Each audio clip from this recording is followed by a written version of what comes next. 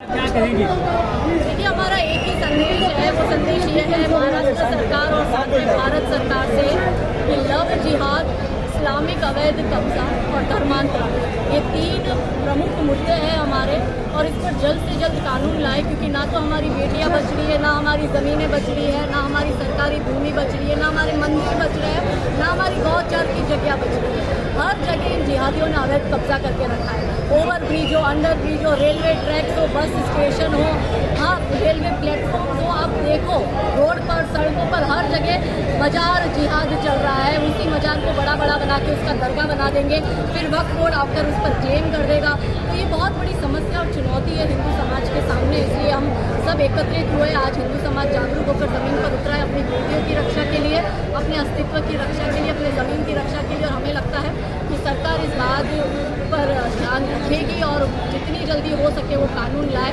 और हिंदुओं का संघर्ष इसी तरह से चालू रहेगा यदि कानून नहीं बनता। मैडम, नया नगर महाराष्ट्र में हनुमान चालीसा पढ़ने वाले को जेल में डाला जाता है। हाँ जी, तो हमने तो देखा ही है कि जब पिछली सरकार थी तो पिछली सरकार ने क्या किया था कि आप हनुमान चालीसा दिन में 5 बार भोंपू बज रहा है, उससे दिक्कत नहीं है, मगर हनुमान चालीसा पढ़ने वालों को जेल में भरा दिया था। और आज उन रामद्रोहियों की ये हालत हो गई है कि उनके हाथ से उनका जो निशान था वो भी चला गया, खंड खंड हो चुकी उनकी पार्टी, उनका अस्तित्व खंड खंड हो चुका। इसलिए अंत में सबको प्रभु श्री राम के चरण में आना है, और जो राम जी से गद्दारी करेगा उसका पतन निश्चित है, और उसका उदाहरण होने से बेहतर और क्या हो सकता है। मैडम, आपने कहा कि मीरा भाईंदर में अवैध मज़ारों को तोड़ा जा रहा है, जबकि अवैध मज़ारों को महानगर पालिका द्वारा संरक्षण दिया जा रहा है, उस बारे में आप क्या कहेंगे?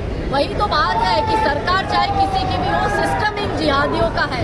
एक कम्युनिस्ट इस्लामिस्ट एजेंडा काम कर रहा है, और प्रशासन भी जो है वो सुनती नहीं है, क्योंकि प्रशासन में कुछ एक ऐसे भ्रष्ट अधिकारी है, वो इन लोगों के साथ साठ-गांठ रखते हैं, इनके साथ गलत धंधे करते हैं, और इन्हीं की चलती और कुछ एक अधिकारियों को बड़े बड़े मिठाई के डिब्बे में बड़े बड़े देसी घी के लड्डू पहुंचाए जा रहे हैं। इसलिए हिंदुओं की अपने ही देश में सुनवाई नहीं हो रही है, तभी तो आज मेरे हिंदू भाई बहनों को रोड पर उतरना पड़ रहा है। मैडम, नया नगर के बारे में क्या कहेंगे, जिस तरह से अभी थोड़े टाइम पहले अपने भाषण में कहा कि श्रद्धा के तार नया नगर से जुड़े, जैसे कि ड्रेस को लेकर हमने कहा ना आपको कि जब पुलिस छानबीन कर रही थी तो नया नगर से भी उसके तार जुड़े थे। अब तो वो एक विषय है छानबीन का, कोर्ट में मैटर है, इसलिए कोर्ट के मैटर में हम ज़्यादा नहीं बोल सकते, लेकिन इतना बोल सकते हैं कि भाईंदर में दूसरा नया नगर ना बने, ये बात हिंदू सुनिश्चित करे और अपनी गलतियाँ ना दोहराए, अपनी रक्षा खुद करे।